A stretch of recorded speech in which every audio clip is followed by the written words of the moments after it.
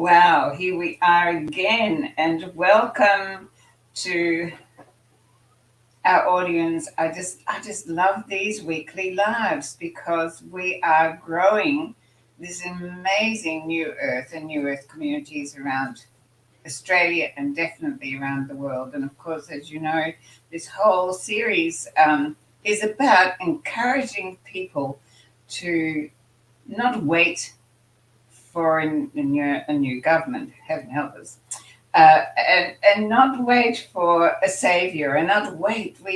This is the time. Now is the time. And I'm so excited today. And please, people, share this video because what you're about to experience and who you're about to meet is going to inspire you as it inspired me. So, Riley, it's just a delight to connect with you. And of course, Shay and I play together a lot. Um, so, yesterday, when Shay sent me a message to say, well, watch the ripe time, and I went, oh, okay, which I did. And as I said to you earlier, I was so inspired. I was so inspired. In fact, you ignited something in me, and that's something. And I went, wow, because I'm at the latter stage of my life where I've been doing this work now for over 35 years.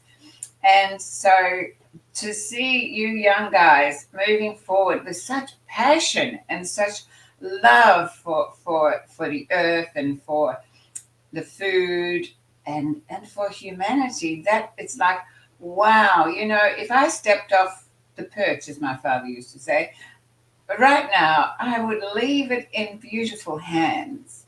And so I was very, very excited to meet you today and to have this discussion. So people, I have to say, and I'm sure, Shay, have you got the link in here for them to go and watch The Right Time and Agroecology, which is both of those wonderful documentaries that Shay has, and Earth Heroes is on it, Earth Heroes TV, of course, and they are phenomenal. But today, for me, I want to link us up with um, my mission, which is the growth of a new humanity. And so I'm going to hand it over to Shay to introduce Riley. And I'm just so excited to have you both on today together. Thank you, Yvonne. And I love these conversations too, particularly, this envisioning of a new earth world, a new earth experience where we can be in unity as a community. It's in the words community. And I've been really dedicated over the last, 5 years to go down the filmmaker's journey. And we created our first film, The Regeneration. And then we created our platform, Earth Heroes TV. And in the last year, literally within 90 days, we created our second film. It was an epic quest to document the journey of Riley and Blair, who both have been inspired over the last probably about 10 months and acquired this fantastic tropical fruit orchard, and which has been conventionally farmed for many years, and having been on the journey of discovering syntropy, discovering permaculture and agroecology, which Riley's going to talk on more, we set out on a mission to work together to bring that message to the world and to inspire more people to realize how powerful and the potential that these systems have to bring about abundance, to bring about a way of living that can bring us into more connection with our environment, can bring us into more connection with our community. And so we love having these conversations, and I want to thank you, Yvonne, for holding this space. And I'm really excited to dive a little bit deeper into, Riley's story and his experience, and hear a bit more on your perspective, Riley, on maybe you want to share a little bit about the film, The Right Time, how that came into being, particularly with the vision, and then also, your experience in really diving deep into syntropy and food forest. Great, yeah, thanks, Shay. So, yeah, how it all came to be, it's a bit of a story.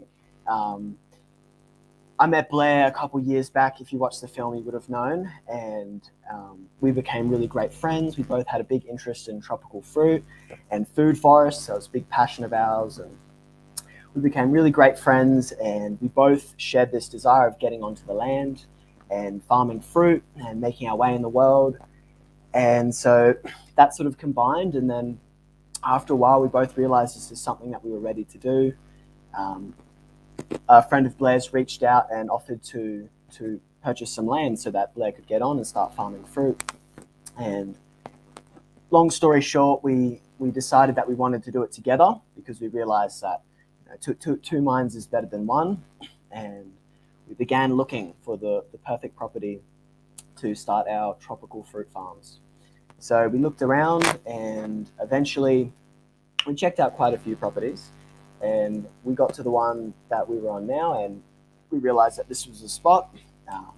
Big tropical fruit orchard, been abandoned. There's about 1,000 rambutan trees, 1,000 mangosteen, and quite a few other ones. So we felt this was the right place. This was a place where we could spread these seeds. There was already a nursery established, so we're really into propagating these plants as well. Anyway, so we got there and we got into it, and time flew by. We were loving the farm life, and about 5 months in, Blair comes to me one day and he says, Riley, I've got an idea, and it's really crazy, so we're going to have to go somewhere special to talk about it. We're going to have to set a time. So I say, all right. And anyway, we go up to the top of Broken Nose, which is a mountain peak really close to the farm. We can actually see it from the house. And so we hike up there. It takes a good half a day. And we get to the top, and it's just a magical spot. We can look out over the farm, over the region. And Blair proposes this idea, and which is now evolved into the Right Time, and the project's currently happening. So essentially what we've done is we've created a documentary with the help of Shay, who's been a big, really supporting part of the process. And we've created a documentary, a website, and plenty of content that basically with the intention of awakening people to the value of nature, living on the land, this region in particular, the tropical fruit industry, and how people can be empowered planting tropical fruit trees and have that help them get onto the land and to be happier and create a new earth. So that's really the message that has shone through. And during this period, we've also gone out and signed many contracts on properties throughout the region. So this has allowed us the right to on-sell these properties for a period of time. So we're actually seeking investors who like our vision and want to get into the industry and start communities, plant fruit trees. And to those people, we're very receptive. We want to help them. We've got people who are inspired and ready to do it. We've got the knowledge, we've got the plants, we've got the machines. Like, we can bring these systems to life. And what we really need now is people who believe in us and can buy into our vision to create this new earth. So obviously, if you're interested, head over to our website. There's plenty more information there, www.therightime.com. And yeah, that's it in a nutshell. It's been a big process, to say the least. Probably a good 5, almost 6 months now since we started Right Time, and farm work slowed down quite a lot, but feels really good personally now. I feel really satisfied getting this message out there. It's something that's been brewing in me for a long time, and I feel really quite strongly about. So yeah, I feel like everyone can benefit from food forests. So I've recently made a new video, as you guys know, called Agroecology, and that focuses on the art of agroecology, which is essentially blending nature's wisdom into our food producing systems. Because currently what we have is agriculture being very separate from our living spaces. We live in cities and towns densely planned together, rather than spread out over the land, which is how we've evolved. So agroecology is about blending this wisdom, working with nature so that it's actually easier for us. The land's much more productive, it's much more fertile, and everyone benefits from it. So really passionate about this. Still early days, and yeah, I intend to continue learning and sharing the message.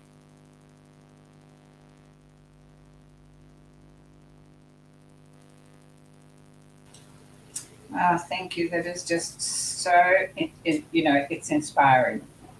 And what an amazing thing you're doing.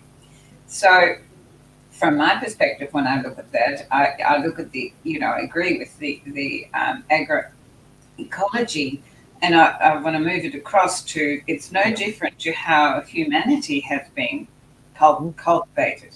It's exactly the same. So our agriculture and our human culture have actually been, line and ball. They just work side by side. And I think for us to move into this new earth environment, which of course is occurring, and I did notice at one that one of you commented in the documentary about climate change, and it always makes me smile because the Earth's climate has changed without anything to do with human beings. And what I now know to be true is that the Earth is moving into a different position in the cosmos. And it will, for many thousands of years, be much closer to the central sun called Alcyon. And as a result, ultimately, we will have a much more temperate climate all over the earth. And that's not going to happen in my life or probably in yours, but that is where we're heading. And so, yes, I love it that you're doing it up there in northern Queensland. And I lived in Jakarta as a child. And one of the things that I love, so I was only 9, 10 years old, but my brother and I, he was 5 years older, we used to save the seeds from our papayas because we loved that, and I watched you. And rambutans. Well, we never allowed to have rambutans in the house because they stank, and my father was not up to it. But I learned to love them later because I've got a great association with Malaysia. But what happened was that my brother and I decided we'd have a competition, and we would plant our papaya seeds on either side we had a strip of soil on either side of the driveway to the house. And literally, we could watch them grow. And we were not there for all, I was there from 9 when I arrived, 12 when I went home. And those papaya trees had already had fruit. Okay. And, and then we started to put underneath, because you're talking about, level planting. And food and food forests, which just made me go, yes. And so we started to put peanuts in the ground, and then we put pineapples, but we weren't there long enough to see those come to fruition. But it was very similar to what you were talking about. Now, what I want to say is it's wonderful you're doing that up there, but a couple of things. I'm in Melbourne, okay, and so you can do it down there. Absolutely. We have our eyes on a property, and we've got the community that I'm building. Within that, we have people who are very, very talented in agroforestry, in bush tucker, and all of those things. And so when we do acquire the land, which of course does require funding from someone who's got the heart and but the fact is that the first thing that we intend to do is to reforest the area, although it is already still forested, but we want to get it back to its, its forestation and indigenous forestation, and then definitely go into this this food forest, which is the multi-layering, and grow our own food. Now, where I want to go, just before you start, is how this now relates to people, because, we've talked a lot about, I see us as the seed tree of humanity, and you talk about we must come back to nature in food. I talk about we must come back to nature in humans. We must come back to human nature, and we've got to stop talking about nature as being separate from us.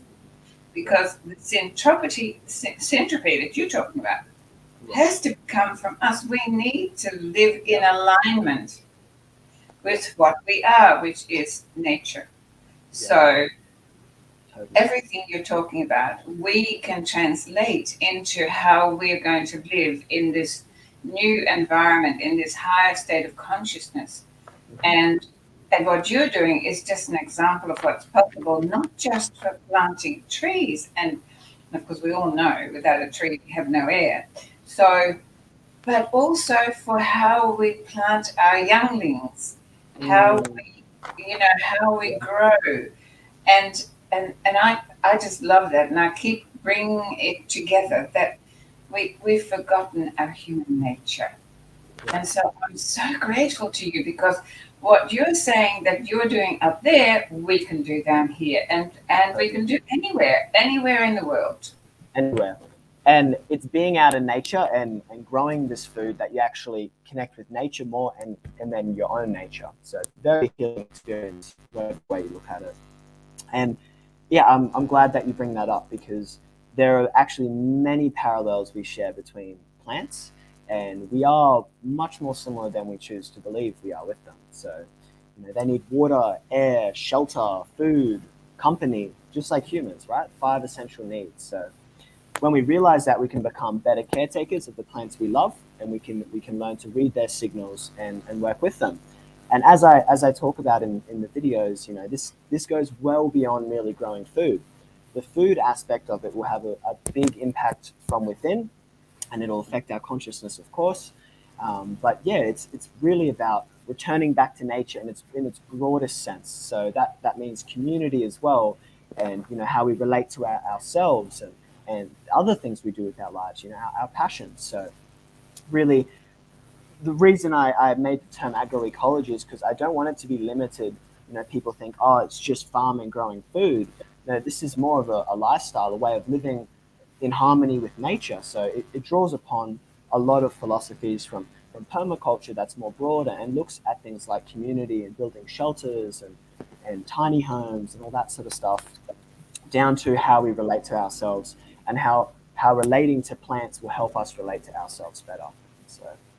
And how we relate with each other, because what I really loved, and I think I can't remember which one of the documentaries it was, where you brought in all the community to help you, to do the planting, you did it together. And this is really where my passion lies, is that we have been isolated and separated far too long, and we need to come together as a community. And the more that we grow together, grow our food together, grow our people together, the greater that we will have the power to move into this higher state of consciousness, which will move us within, quite easily out of the matrix.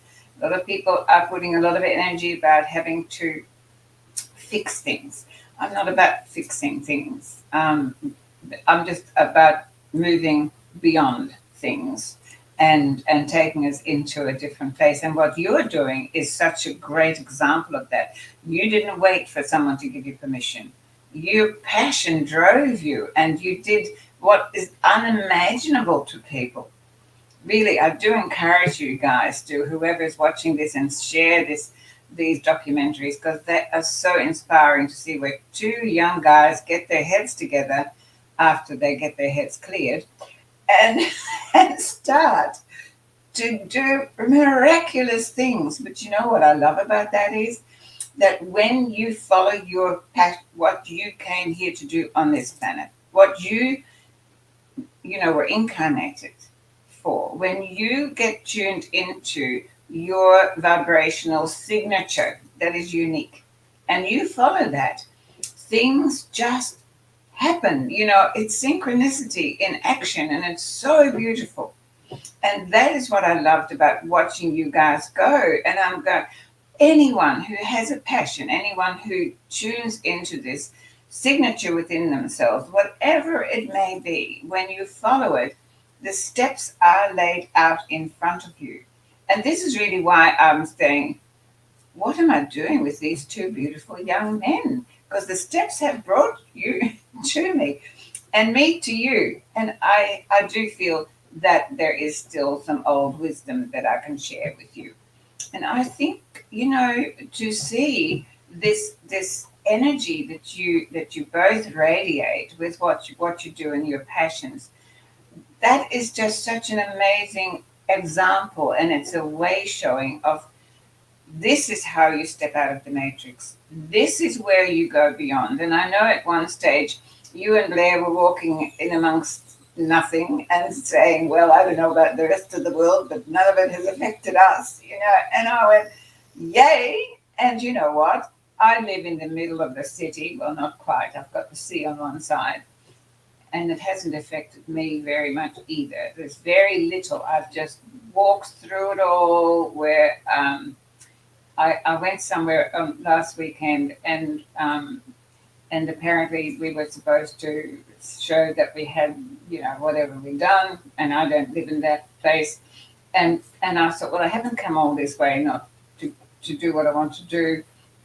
I was with some friends, and I just walked straight through, and nobody saw us. We just went in, and that was it. And everybody else was stopping and doing the right thing, and I was never going to do the right thing, never have. So off I went, and you know, they just don't see you, because we live in a high state of consciousness where we become invisible, and that is how we are moving into this new state of consciousness.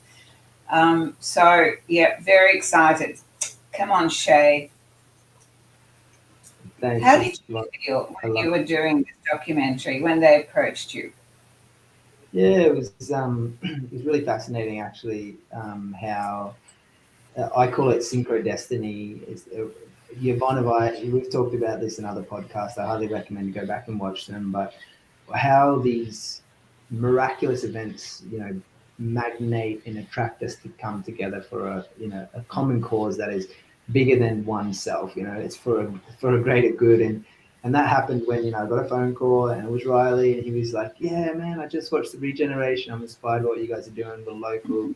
We really want to work together on this project. And I said, yeah, that's great. I'll come down to the farm and I'll come and meet you guys, and we'll see, you know, what it's all about. And Blair, who unfortunately is not with us today, we've been talking a lot about him. He's been a big part of the visionary process with Riley for this project to come off. And him and I sat down, and before we could really discuss what the new film was going to be about, he began to open up and drop into a really vulnerable state and share a little bit of a reflection on his past and his history. And long behold, I was the first person that he was telling all of this to.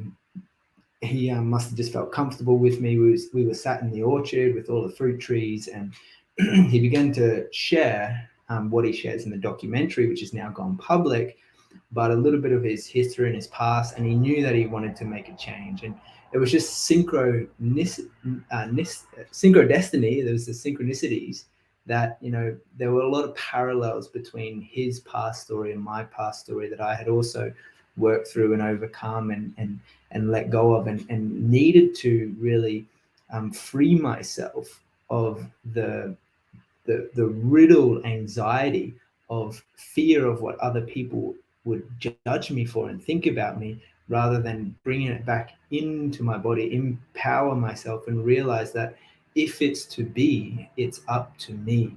And that's what I've seen in these, you know, these guys and what they're doing, is that they are really stepping up. They're raising the bar, raising the standard. They've gone out and taking action and really doing their best with the skill sets they have, which is very diverse and broad. And they've got such a gift for bringing people together and just dropping in and connecting with the land. Riley, for example, getting to know him over the last 6 months, I'm just in awe. You know, Riley's around 20 years old, for those listening in, and, you know, he spent much of his life really learning how nature functions and how we can participate in that greater cosmological function of what is unfolding before our eyes. And that leads me to this notion of the Great Awakening, which we're all privileged to participate in and observe as it unfolds before our eyes, and participate in that transitional period of humanity going from an old paradigm way of being in this very, I would say, patriarchal driven,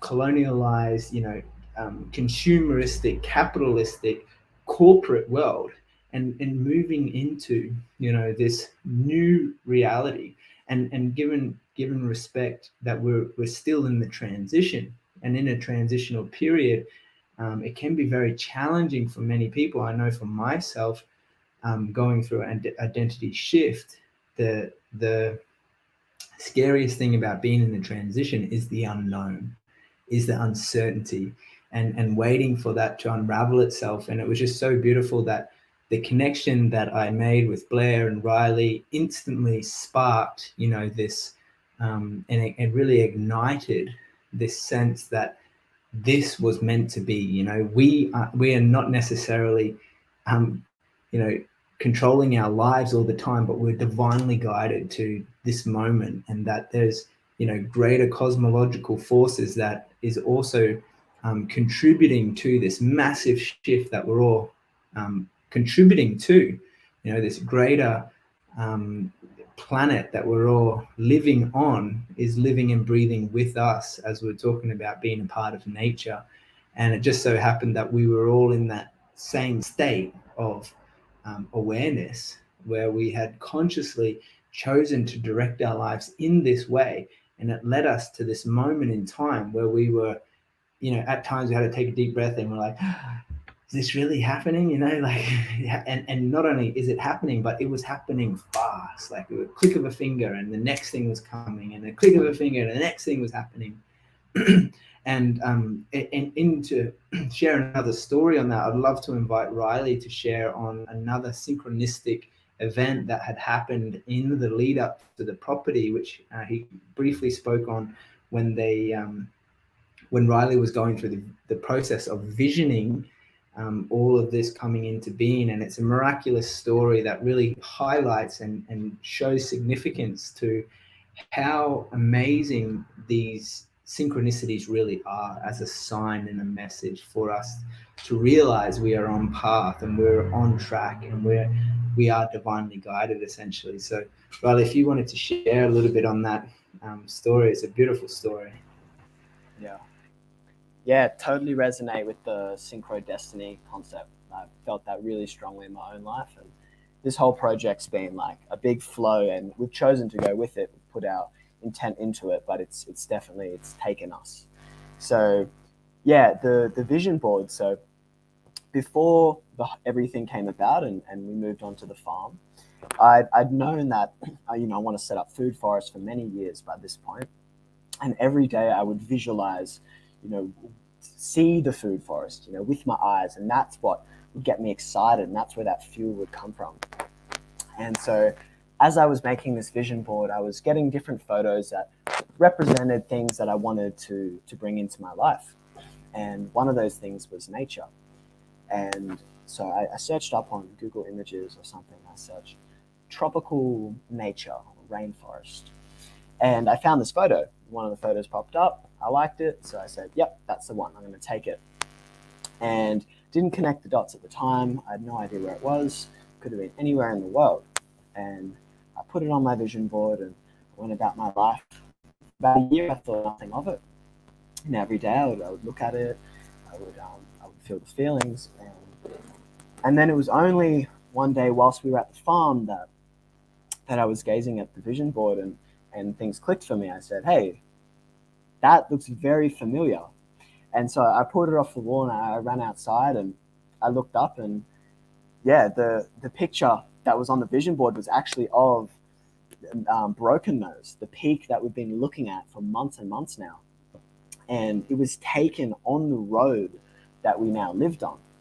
So at the time that this vision board came together, I had no idea of the farm, no idea any of this would happen. Didn't even know, I'd meet Blair, and then, a year, 2 years later, I'm living on the road that photo was taken and looking up at that mountain. So just goes to show another one of those synchronicities that tell us we're on the path, And so yeah, it was very, very amazing experience. That's so beautiful, because I have been running vision board workshops for years, usually on the 1st of January. I didn't this this year, but and it's amazing how these things come to fruition, and it is just so beautiful. I love that word synchrodestiny. So yeah, I we're down here in Melbourne creating a new, or have created, I created a new Earth community. So we've got the community. It's interesting because so many people are looking for the land, and we didn't have any funding for the land. So because our vision is to create a sanctuary which incorporates growing our own food and having actually a restaurant where we can then bring that to the people, but also a place of healing. In the new earth, a lot of the healing is going to change. Our bodies are changing as we speak. And what I love about you, Riley, is that being only 20, you have not actually been. I have to be very careful with my language, but mind, controlled. I usually use a different word.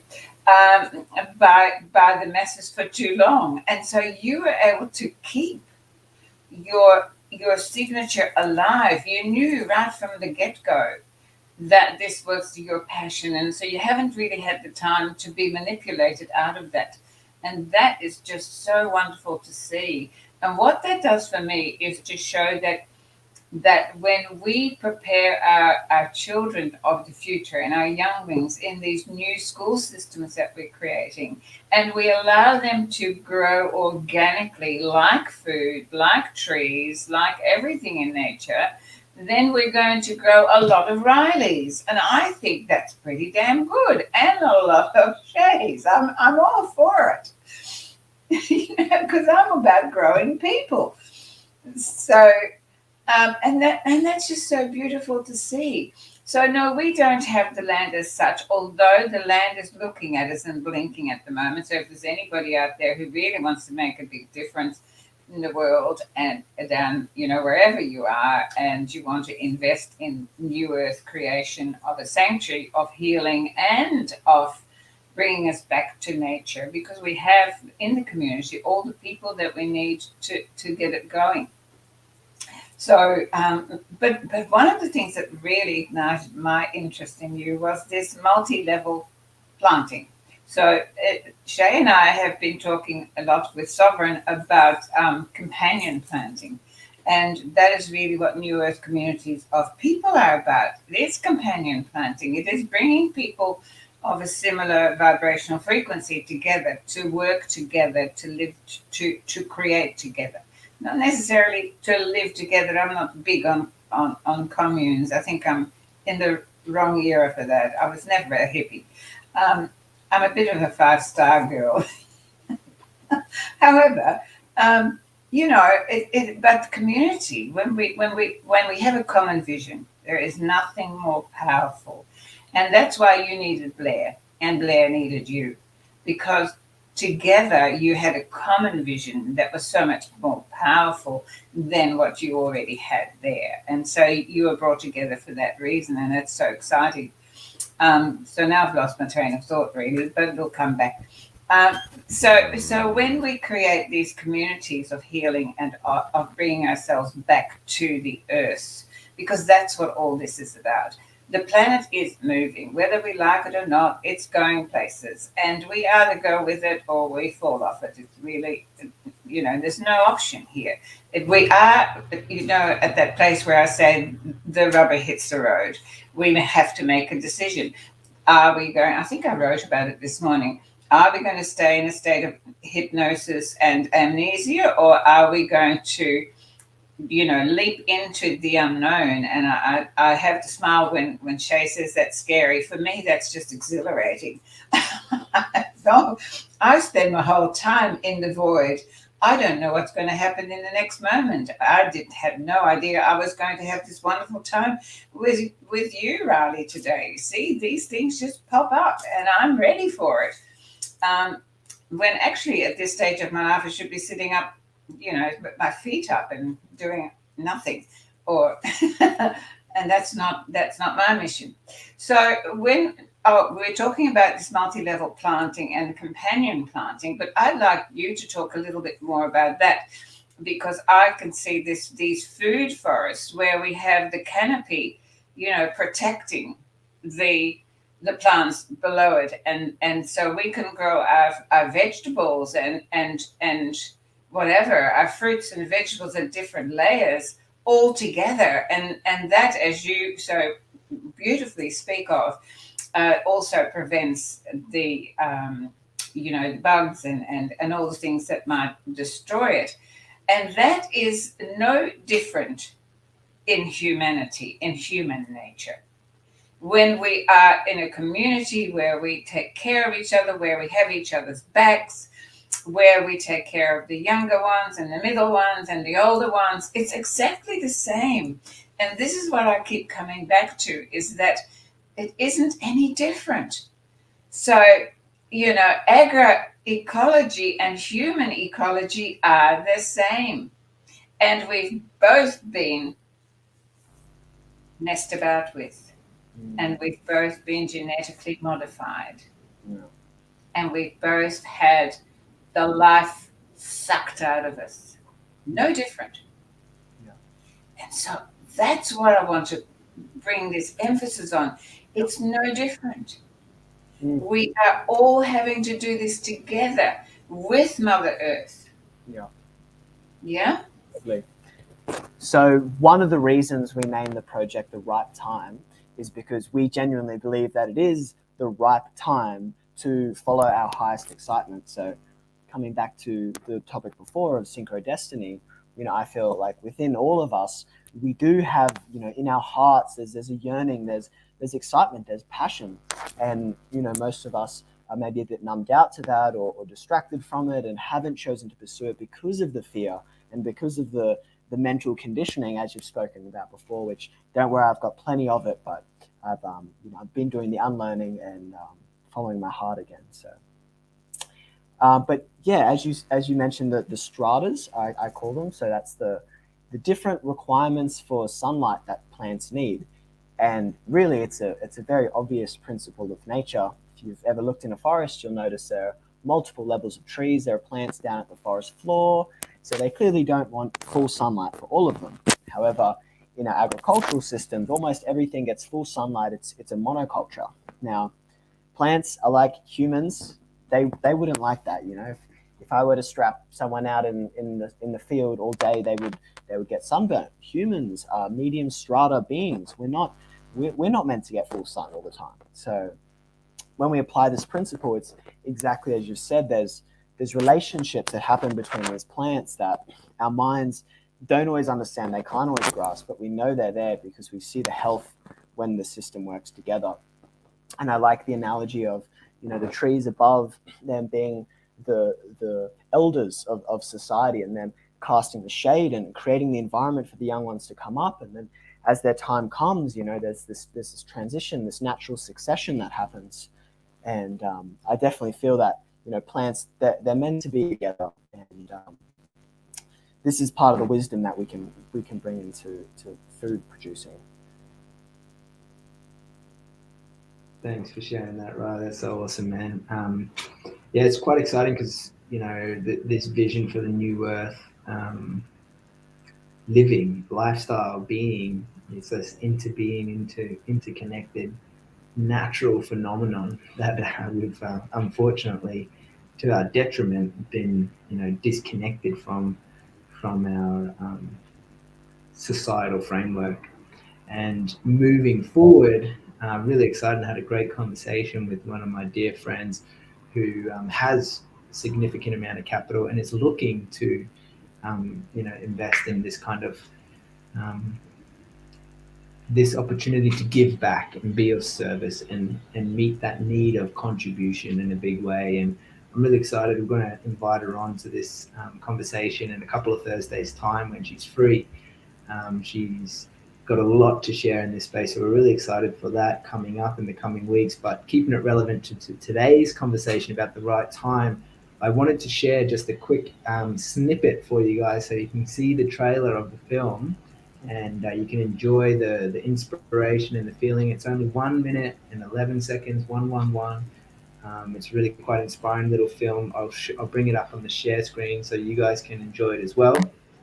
But then from there, maybe Yvonne will love to close it out with us, and hope you guys enjoy this little trailer so you can get a little snippet as into what the film's all about, and how how you can also potentially plug into this beautiful way of being. I just gonna have to find it again, unfortunately, because otherwise it wouldn't play the audio. So I'm just gonna pull it up one more time. Here it is. Window StreamYard. Oh, we lost it. But it's a great film. There it is. I'm just finding it now for you. Apologies for the short delay. There it is. Share the audio. The Right Time, full documentary. We're going onto there. This is on YouTube, guys, so it is available for free. The documentary's there, and here's the trailer. I hope you guys enjoy this little world, our short lives little were meek. Alone in nature, a purpose we would seek. We were at total peace, except for one thing. A nagging in our hearts, a deep soul sting. It was a state of the world that we could not bear. It was a reason we'd left, yet hadn't given our share. We found a beacon of light as our lives did shift. We were ready to face the world and to give our gift. So we rolled up our sleeves and we dived in fast. Our lives changed forever as we let go of the past. We had a vision so bright we could not sleep. We summoned our wall and we dug real deep. The potential for paradise we aimed to ignite. An idea so crazy, but work it just might. The time was ripe and so we pounced. Then finally the day came to announce.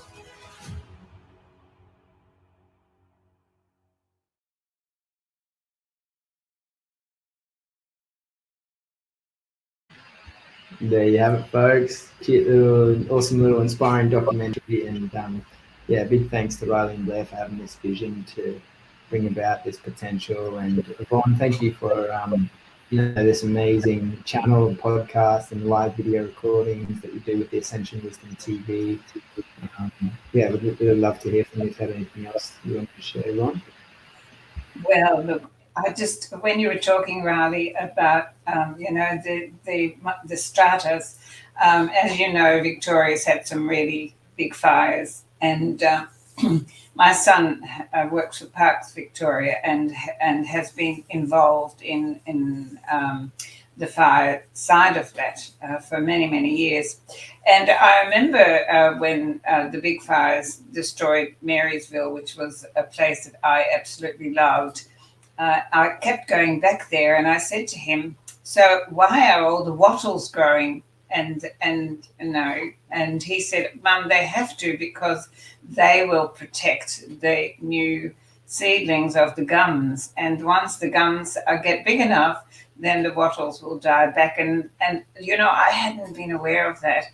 And so I watched that process, and of course now we've got all this amazing regrowth. And what that shows me time and time again, that nature cannot be stopped. And that is really what keeps me focused and inspired to keep doing what I'm doing, because that same nature is within us. And no matter what the outside world has attempted to do to us, it is that nature that will survive. Our human nature of love and peace and this need to live, because the life force within us has this great need to live. And life is about forward moving. It is not about keeping it locked up and stagnated. The more you try to hold life in a box, the more it will push itself out. And that is where we're at. It is the right time, Riley, absolutely. And I am just so thrilled to have had the opportunity to talk with you. And hey, if you're any example of what our young people are going to create, we are in for a wild ride of joy. Thank you so much for joining us today and adding to the series of telling people worldwide that do not wait. Take yourself out there, dig in, get it done, move it up, and move it out of this matrix into this beautiful new earth of synchro destiny. I love it. It's my new one. I'm going to keep that one, Shay. It's beautiful. So thank you, Riley, and I wish you all the fortune in the world. And who knows, we will one day connect again. So thank you so much. Thanks, Yvonne. Really appreciate it. See you next time, guys. See ya. See you next week. Ciao.